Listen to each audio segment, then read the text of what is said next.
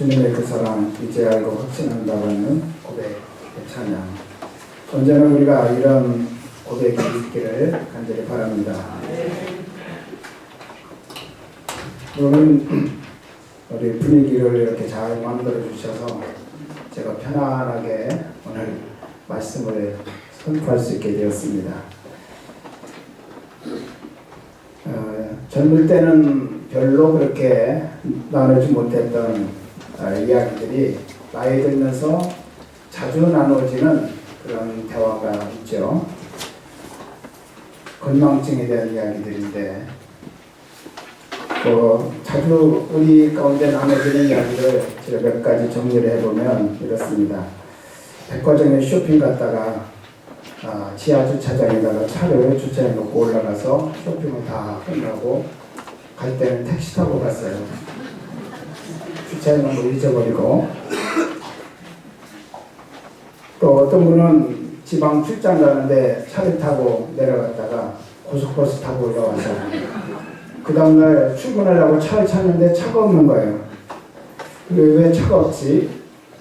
나중에 곰곰이 생각해 보니까 차를 지붕에다 놓고 왔더라는 거예요. 또 이런 경우도 있습니다. 부부가 같이 이제 나들이를 가는데 가다가 휴게소를 들렸습니다. 쉬다가 차를 타고 한참을 가다 보니까 옆에 있어야 될 아내가 없더라는 거예요. 휴게소에다가 그냥 떨어뜨려 놓고 혼자서 열심히 달려왔어요. 또 이런 거는 좀 심한 경우긴 하지만 사례가 있답니다. 딸 결혼식 날 머리 만지러 미장원에 갔는데 그 원장님이 파마하실 건가요? 그랬더니 아무 생각도 없이 그러죠. 우선 파마 말고 잡지책 한참 보고 있다가 내가 왜 여기 와 있지? 그러다 보니까 딸 결혼식 시간이 넘어갔더라는 거예요. 또 어떤 분은 이런 거는 아주 자주자주있는 그런 이야기인데 아파트 계단을 올라가다가 이웃집 사람을 만나서 한참 이제 이야기를 나누고 헤어지려고 하는데 내가 올라가려고 했나 내려가려고 했나 생각이 잘 안 나가지고 당황스러워하는 그런 분들. 저도 경험하는 일이지만 나이가 들어갈수록 이런 건망증도 같이 늘어나는 것 같습니다.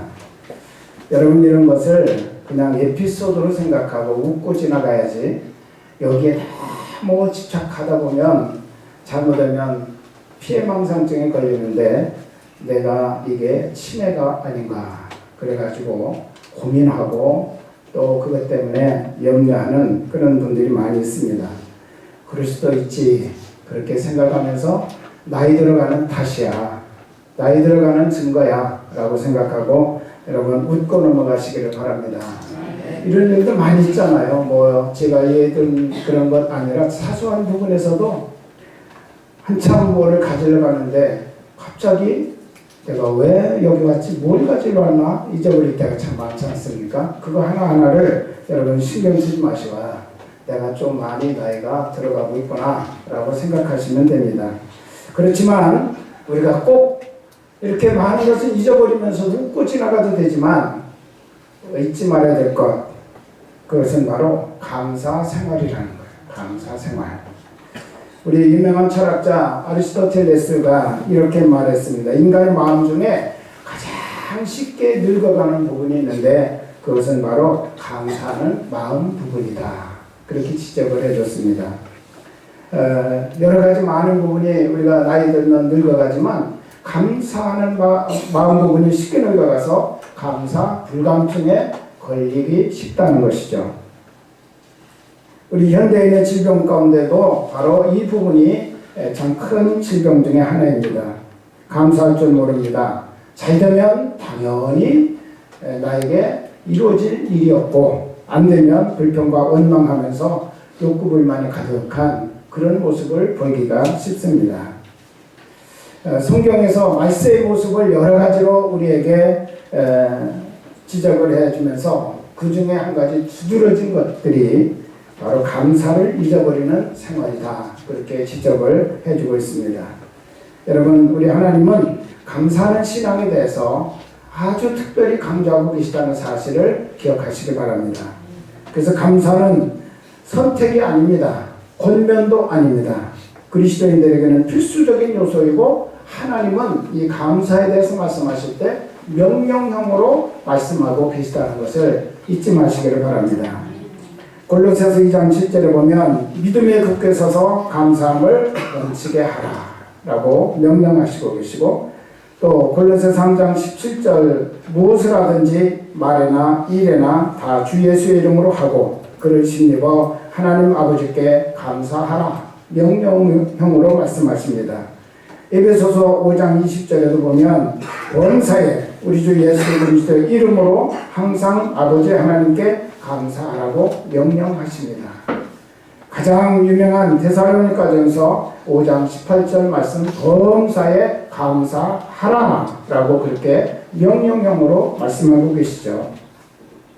이처럼 명령형으로 하나님의 말씀하신다는 것은 해도 좋고 안 해도 좋은 그런 부분이 아니라 꼭 해야 될 선택의 문제가 아니라 필수적인 우리 그리스도인들의 갖춰야 될 중요한 덕목이고 의무사항이라는 것을 우리에게 가르쳐 주시는 말씀이에요.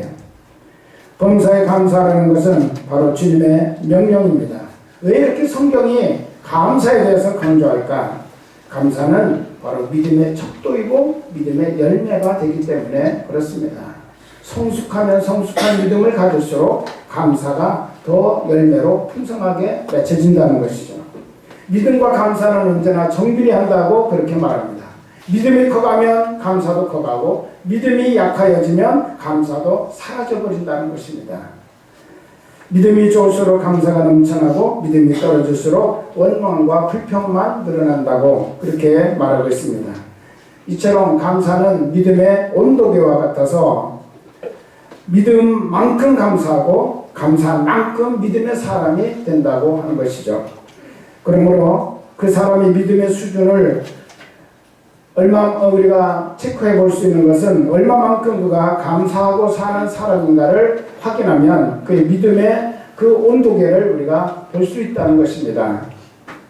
오늘 본문은 다윗의 감사 찬양의 내용인데, 다윗이 블레셋에게 빼앗겼던 하나님의 복궤를 다시 찾고, 그리고 그들이 정한 수도 예루살렘으로 이 하나님의 복궤를 모셔드려서 이제는 모든 이스라엘 백성들의 삶의 중심에 하나님의 복궤를 세울 수 있게 된 것에 대해서 그는 너무너무 감사했습니다.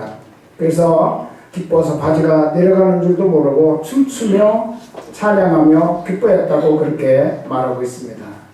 그리고 번제와 화목제를 통해서 하나님께 감사 예배를 드렸고 모든 백성을 축복하고 백성들에게 음식을 나눠주면서 잔치를 벌이기까지 했습니다.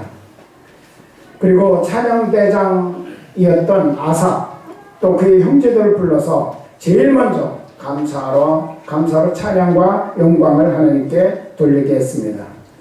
오늘 우리는 먼저 다윗이 하나님께 올려드린 감사의 내용들을 살펴보고자 합니다. 제일 먼저 그는 오늘 7절에 나오는 말씀 보니까 그날에 다윗이 아삭과 그의 형제를 세워서 먼저 하나님께 감사하게 하여 이르기를 그렇게 말씀하셨습니다. 우리 한번 같이 하실까요? 먼저 하나님께 감사. 먼저 하나님께 감사. 예, 먼저 감사하게 했다 그렇게 말하고 있어요. 본인도 먼저 감사했지만 아삭과 그의 형제들에게 먼저 감사의 찬양을 올려라 그렇게 지금 말하고 있습니다. 다윗은 복궤를 하나님의 원하시는 그 자리에 돌린 것을 기뻐하면서 감사했는데, 다윗은 감사의 조건을 발견한 후에 미루지 아니하고 나중에 하지 그렇게 말하지 않고 먼저 감사했다. 제일 먼저 그는 감사로 하나님께 나갔다 그렇게 말하고 있습니다. 오늘 많은 사람이 이것을 깨닫지 못하기 때문에 감사하지 못하고 불평 원망하면서 살 때가 참 많습니다.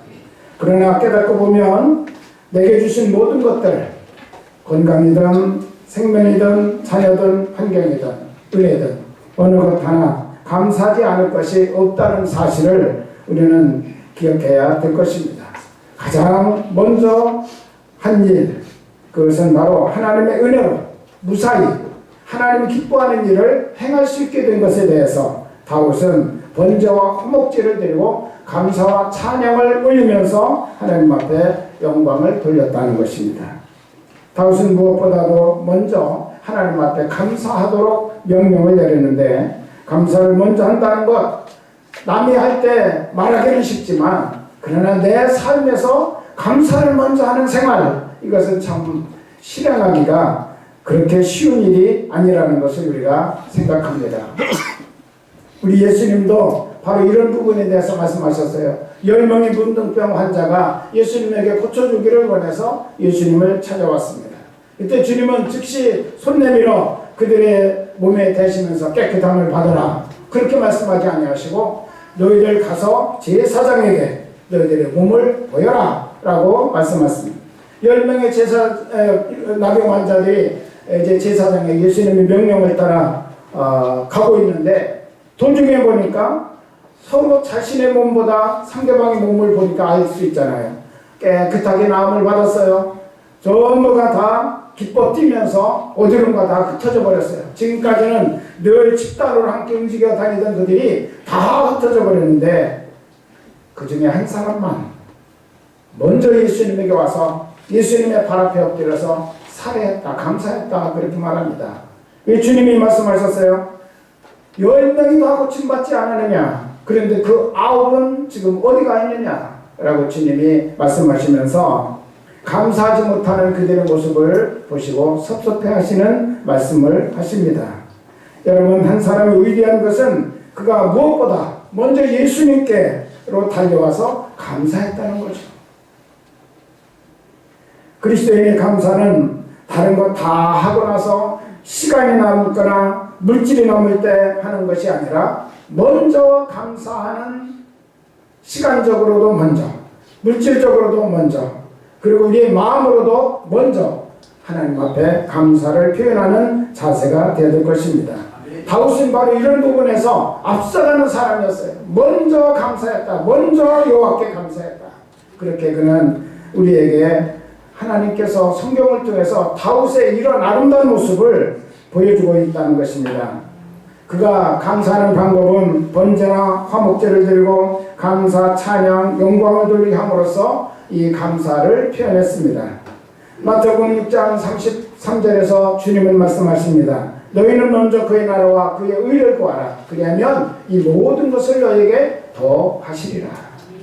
먼저 주님의 나라와 주님의 의를 구하는 자세, 하나님의 영광을 올려드리고 하나님께 먼저 감사하는 그런 신앙의 자세, 그것을 우리 하나님께서 말씀하시고 그리하면 이 모든 것을 너에게 더하여 주시겠다고 약속하고 계십니다. 이 원리를 여러분 잊지 마시기를 바랍니다. 언제나 이 원리를 통해서 하나님은 우리의 삶을 인도하시고 축복하신다는 거예요. 두 번째로 다윗의 감사의 내용은 베풀어 주신 구체적인 그 은혜, 자기 일상적인 생활 속에서 베풀어 주신 구체적인 은혜를 기억하면서 감사했다, 그렇게 말합니다.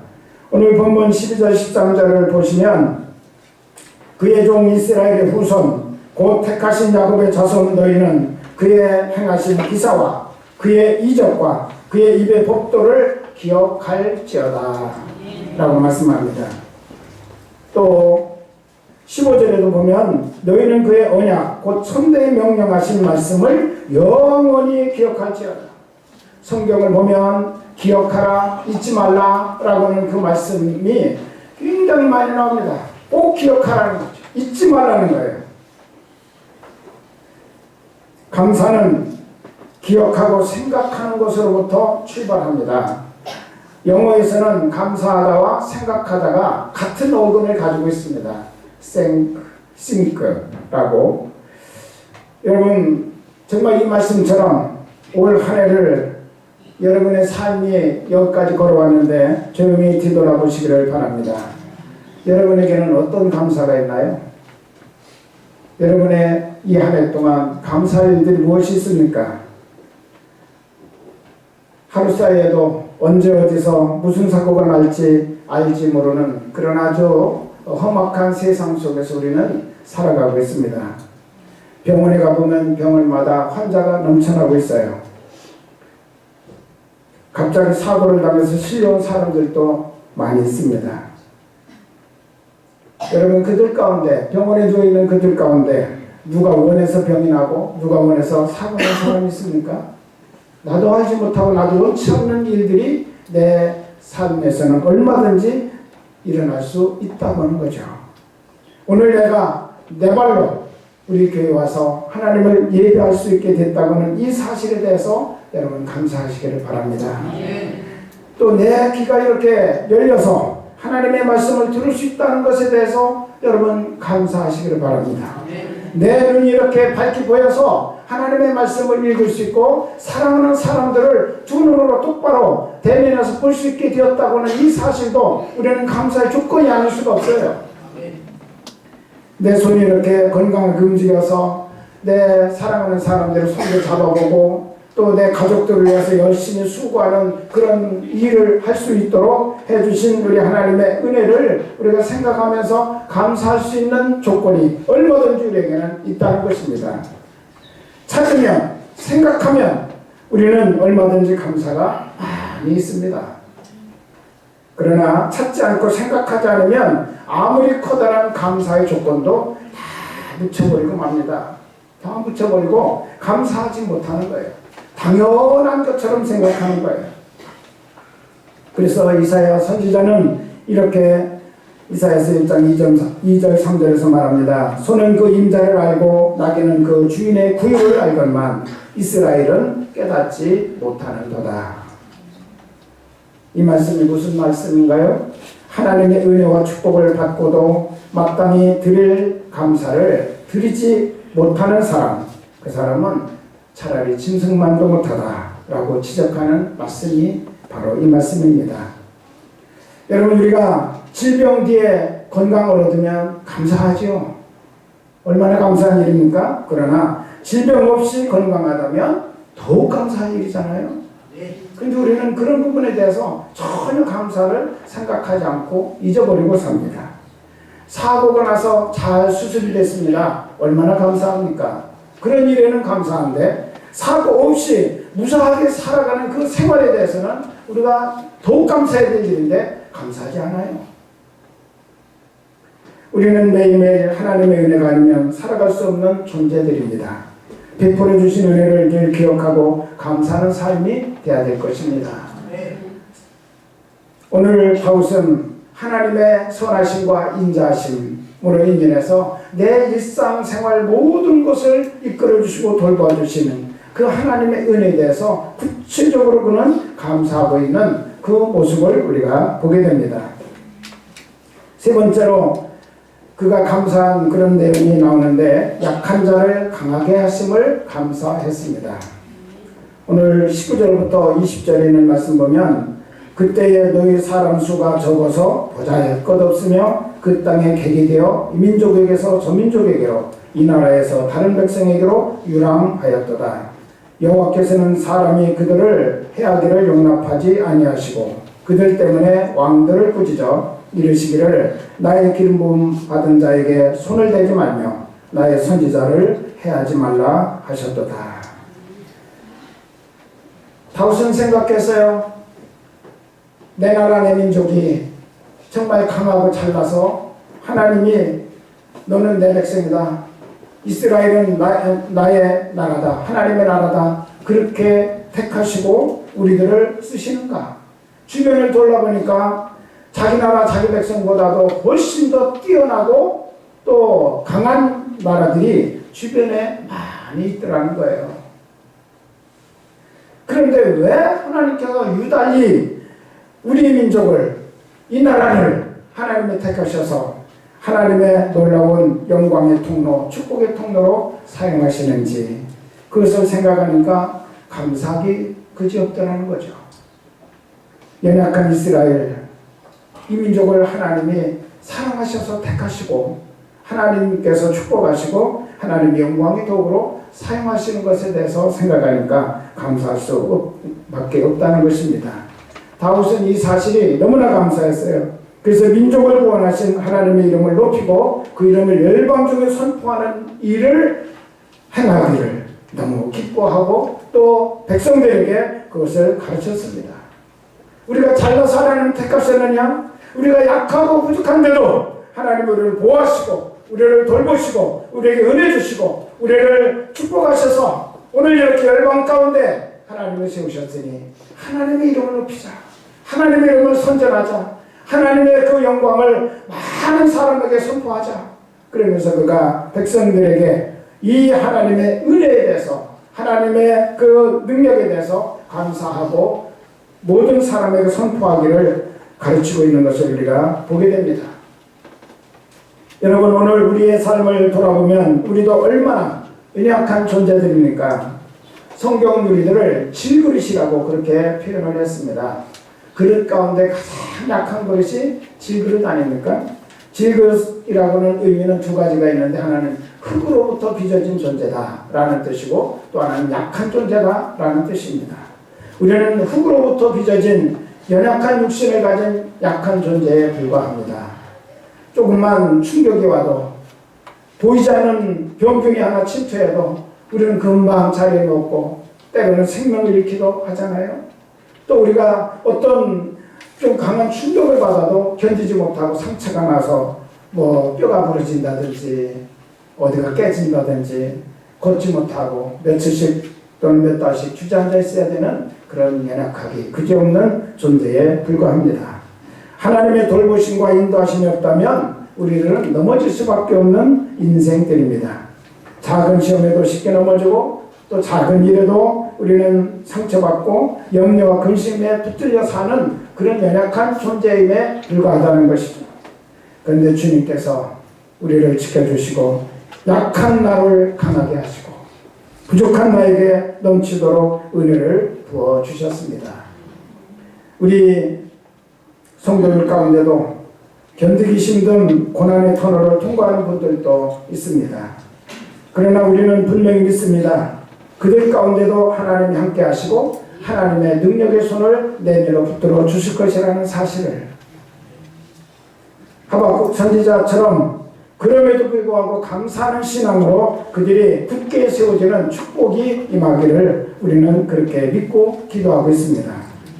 여러분 우리는 좋은 일에만 감사하지만 실제적으로 힘들고 어려운 일에도 그 안에 역사하시는 하나님의 선하심과 인자하심을 바라보면서 감사하는 생활을 살아가야 될 것입니다. 여러분 예수님은 최고의 감사를 하나님 앞에 올려드렸습니다.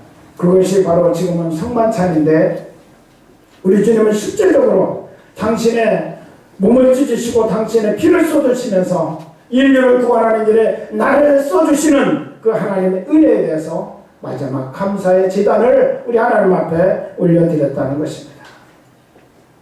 우리는 좋은 일에만 감사하고 나쁜 일과 안 좋은 일 또 내가 견디기 힘든 일에는 불평과 원망하기가 쉬운데 우리 주님은 가장 고통스러운 곳에서 하나님의 뜻이 이루어지는 것을 생각하면서 오히려 그것을 최고의 감사의 제단으로 삼으셨다는 사실을 우리는 배워야 될 것입니다.